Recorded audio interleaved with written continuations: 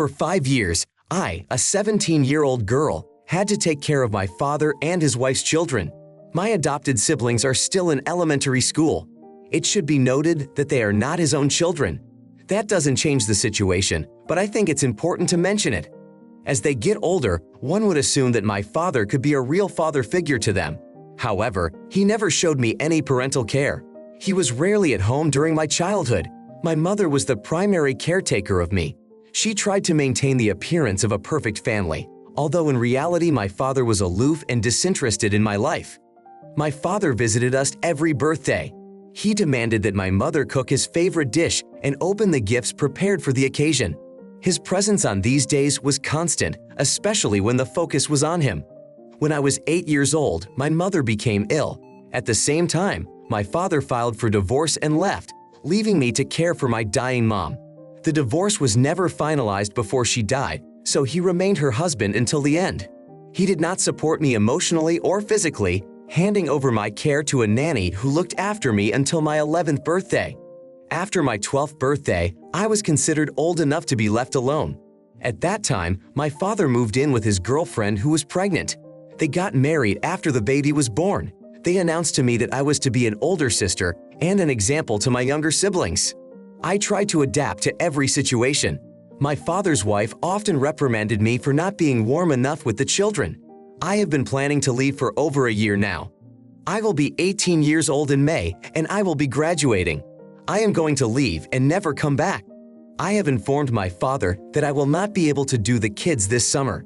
If it's important to his wife, she can find someone else. My father told me that I have been the most consistent person with the kids and called me an idiot for wanting to leave. He argued that I should stay and do what they wanted since they provided a roof over my head. His wife started yelling at me for leaving the kids and accused me of making them sad because of me. You have always been the most consistent person in their lives. That's a pretty low bar considering your father's behavior. My life was the same when I was a kid. My father only slept, ate, and worked. My stepmother slept all the time. I had to take care of my siblings. Some might call it helping or showing big sister care, but that's absurd. Your child takes care of your children, keeps them safe and clean while you sleep until 11 in the morning. My entire childhood was spent taking care of my siblings. They were my real family. I was just a kid when I had to give up my childhood. I left at 18 and never looked back. She chose to have the children your father chose, but that's not your responsibility, even though the children are innocent. I'm sorry you're in this situation. I put a roof over your head. That's a load of crap. His job was to raise you, take care of you, love you, appreciate you, comfort you, and prepare you for adulthood. He thinks you should be grateful that he allows you to live in your home while he uses you to cover up his parental laziness and indifference. You don't owe your father or his wife for the bare minimum they provide you with in the form of housing when you were a kid. They failed you. They treated you like free babysitting for 4 years. Now that you've told your father about your plan, make sure you find your important documents and items.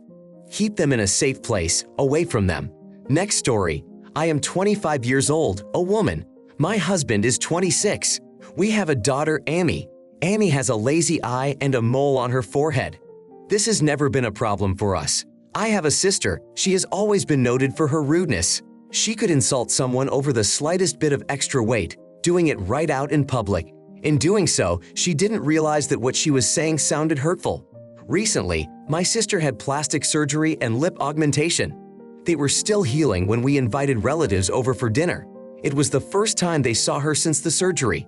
She was almost an hour late. When she arrived, everyone froze. The sister looked unkempt. Her face seemed artificial, and her makeup was too thick. Her skirt was so short that it barely concealed anything. Despite the family dinner, I felt uncomfortable with her appearance. After an hour and a half, my sister began to argue that everyone should have surgery. She talked about the need to get rid of ugly and overweight people. Everyone was silent, trying not to spoil the dinner. But when my sister made a remark about my daughter Amy, I couldn't stand it. She said that perhaps surgery should be done to correct Amy's lazy eye to avoid ridicule. She also suggested removing a mole from Amy's forehead. Her words were very harsh. I stood up and yelled that she had no right to insult my daughter. I said that she herself did not look her best. My sister cried and left. Dinner had to be cut short. Some family members said that although my sister's words were rude, my reaction was too strong. My husband, parents, and a few cousins supported me, while others rejected my sister. She blocked me on all social media. Her husband, who was not at the dinner, called me an idiot and accused me of driving his wife to depression. He berated me for a long time and blocked me too. It's been a week and neither of them have tried to contact me. I don't feel guilty, I just feel sorry that my sister is suffering until she finds a way to fix her looks. You're not an idiot, although your reaction at the family dinner was pretty harsh, especially in front of the kids. I realize that. Your sister didn't seem to realize that she overstepped her bounds by suggesting plastic surgery to your daughter. However, that doesn't excuse what she said. You were right to defend your daughter from someone who constantly makes comments about people she finds distasteful. I don't think you are an idiot. You shouldn't have used a donkey-related insult because even if they aren't the most attractive animals in the world, that's not grounds for offense. Comparing someone who has overdone plastic and cosmetic procedures to animals is unfair. People who overdo plastic can look unnatural, making even a sea devil seem attractive by comparison. Donkeys are actually very cute creatures, unlike what your sister looked like. Obviously, your sister needs help. Her obsession with appearance has reached an unhealthy level. Her reaction to criticism, despite her outward confidence in her new look, expressed a deep dissatisfaction with herself. It wouldn't be surprising if she decided to have another surgery. Your reaction was overly emotional, but that's understandable. It's probably best to stay away from her until she's dealt with her issues. I feel sorry for her. Now I want to tell a different story. I'm 42 years old and I'm a woman. My son, Ben, he's 19 years old now. He was born a girl. For his 16th birthday, Ben made the decision to change his gender to male. Initially, neither my husband Tom nor I supported him in this. It was only after Tom's tragic death that I was able to accept his choice. That's when I realized how cold my relationship with Ben had become. Tom had our then daughter's name tattooed on his arm. We still have a picture of the three of us at the beach, me, Tom, and little Ben. The tattoo is clearly visible in this photo. Ben doesn't like it when I keep pictures of his childhood or times when he was younger and introduced himself as a girl. Therefore, only his baby pictures and adult Ben photos remain at home. However, one photo will always be with me. It is the one picture at the beach that is very precious to me. Ben is upset about this picture. He thinks it is cruel as the snapshot reminds him of his past. However, in this picture we are all together, and it is the only picture like this that Ben is happy with. In it, Ben is wearing gender-neutral clothing. This is the picture I hung in the hallway next to my bedroom. It is far away from Ben's room and not visible to guests unless they go into my bedroom. You're not an idiot. This is a photograph of your family, capturing one of the happiest moments of their lives. After your husband died, it was a reminder of happier times. You left only this picture of your son at home. Perhaps it was time for Ben to make an honest compromise. It seems Ben could benefit from some serious therapy, given his lack of pictures of his past, including his deceased father. Ben didn't have the best relationship with his father at the time of his death, which has dashed his hopes for future reconciliation. This can be confusing to a person. This is your home, and while Ben is allowed to voice his opinion, you should remember that you are making his being here uncomfortable. Consider that this picture may remind Ben that his father was not supportive of his gender identity and that he did not feel safe during his transition while his father was alive. His father never got to see Ben for who he really is, and this can be quite painful. Having pictures of yourself and your father that are not painful is important. Your happiest memories are undoubtedly of times when your husband was alive. If Ben doesn't like it, he can move out, but that's not a solution to the problem. You've done enough to please him, and you don't even call him by his old name. It's a family photo on the beach with a dead name tattooed on your dead husband's arm. Everything else from Ben's past has been removed. Ben has to learn to compromise and have thicker skin as a trans man in this harsh society. He has no right to bully you because of the photo. My next story. Currently, my fiancée Janie and I are actively planning our wedding. Our engagement of 2 years has allowed us to raise the necessary funds. My mom also announced her engagement this year, around Christmas time, and set her wedding date 2 months before ours. Janie was shocked by this news. She asked me if I thought it was strange. Her response surprised me at first. She explained that she could never imagine that a parent could choose a wedding date so close to their child's wedding date. Usually all the emphasis is on the newlyweds. Janie is certain that her parents would never have done the same thing. This situation proved to be difficult for both Janie and my mom. My mom is a professional wedding planner with an unlimited budget, while our family only has to worry about my mom's wedding. Recently, Janie had an argument with my mom after she mentioned an upcoming wedding dress fitting. Someone asked if my mom had seen her dress, to which my mom replied in the negative. Janie then joked that she wouldn't take my mom to any more fittings so she wouldn't start trying on dresses herself. Her mom responded by asking Janie if she had a problem with her. Janie only rolled her eyes. That night, I tried to keep them apart. Later in the car, Janie admitted that she was upset. I tried to reassure her by admitting my misunderstanding of her feelings. I told her that I loved her very much, but that she shouldn't expect her mom to treat our wedding with the same priority. Janie chose to remain silent and never revisit the subject again. I think I've been inattentive. Mom is very energetic and easily distracted, while Janie is more reserved and shy. Mom focuses on what catches her attention or gives her pleasure, often forgetting other important things, which is not typical of Janie. I care about her, but sometimes I voice my displeasure behind her back, which I don't always realize myself. I find it a little odd that your mom decided to get married before you did. It's probably typical of her. Janie must have a hard time accepting it. You've had to put up with her self-centeredness all your life. Don't forget that mom rarely prioritizes you. If Janie realizes that, it will be easier for her in the future. I understand her feelings. Your mom doesn't seem to have much interest in your wedding. Instead, she planned her wedding 2 months before yours.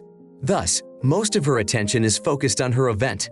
In addition, your mom is a professional wedding planner and has almost no budget constraints, whereas you and your fiancé planned your wedding 2 years in advance to raise the necessary funds. I imagine you may feel unappreciated because of your mom's lack of input into your celebration, whether it's a financial contribution or utilizing her extensive skills and connections in the wedding industry. As a wedding planner, your mom probably knows wedding etiquette. They say that a 2-month gap between weddings isn't that much time, but it's not that much time, especially when you consider overlapping guest lists. A 6-month gap would make more sense, so guests aren't faced with having to choose between 2 celebrations. Hopefully, Janie won't be unhappy for long about not meeting the expectations of a queen before her wedding. A story that really surprised me. My wife Trixie and I are expecting a son. It is often difficult for us to agree on a name for the baby. Trixie prefers unusual, unique names, striving for unconventional options. She is convinced that standard names don't suit her, whereas I lean towards more traditional, time-honored names. Examples of names like James or Elizabeth seem overly common to me, but I appreciate the classics. Trendy names like Aiden don't enthuse me, despite their long history. Since we're having a boy, we've already eliminated a lot of names from the list of options. Of my suggestions, Trixie only approved of the name Meadow. She suggested Hawthorne and Dexter, and I allowed that they might be a good fit, but no final decision has been made yet. We spent a lot of time discussing and suggesting various baby names in an attempt to find one that we both liked. Recently, my mother-in-law spent the weekend at our house and asked if we had chosen a name. My wife hadn't told her yet because we hadn't come to an agreement. My mother-in-law asked why I rejected most of the names suggested, reminding me that my wife is carrying the baby. My mother also felt that I should be more considerate of my wife's wishes during this period. My mother-in-law called me and expressed her opinion that I should try to stress the situation less. We have been told that there is not much time left before the baby is born. Perhaps we should make at least a small list of names before he is born so that we are not left with no options. My wife and I are frustrated with each other at times.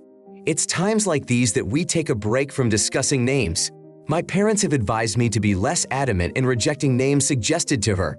I feel that the situation may worsen if I continue to say no to suggested names. Time goes by and sometimes parents don't have a name chosen by the time their child is born. They look at their newborn without having decided on a name.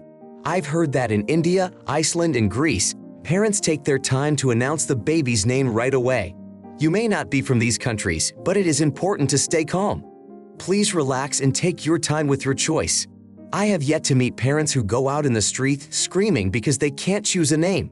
You should stop discussing this issue with your mothers if they insist that a woman has more rights to choose a name. This argument seems absurd.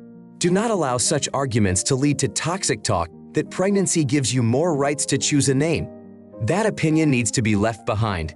It's important to remember that the name is chosen first, followed by parenting decisions. If a child gets your last name, it is already part of their identity. If you are confused by the name Aiden, perhaps you are being overly critical. After all, your wife doesn't suggest overly extravagant names like Moonbeam or Koala. There are name picker apps that resemble Tinder. I recommend you try one of them. You may find that the names suggested by your wife aren't so bad. Maybe you just feel like you should have more say in the matter. Thank you so much for watching my video and your time. Please subscribe to my channel and click on the bell button. Also, I am very interested to know your personal opinion about this story. You can write it in the comments. I will definitely answer you personally.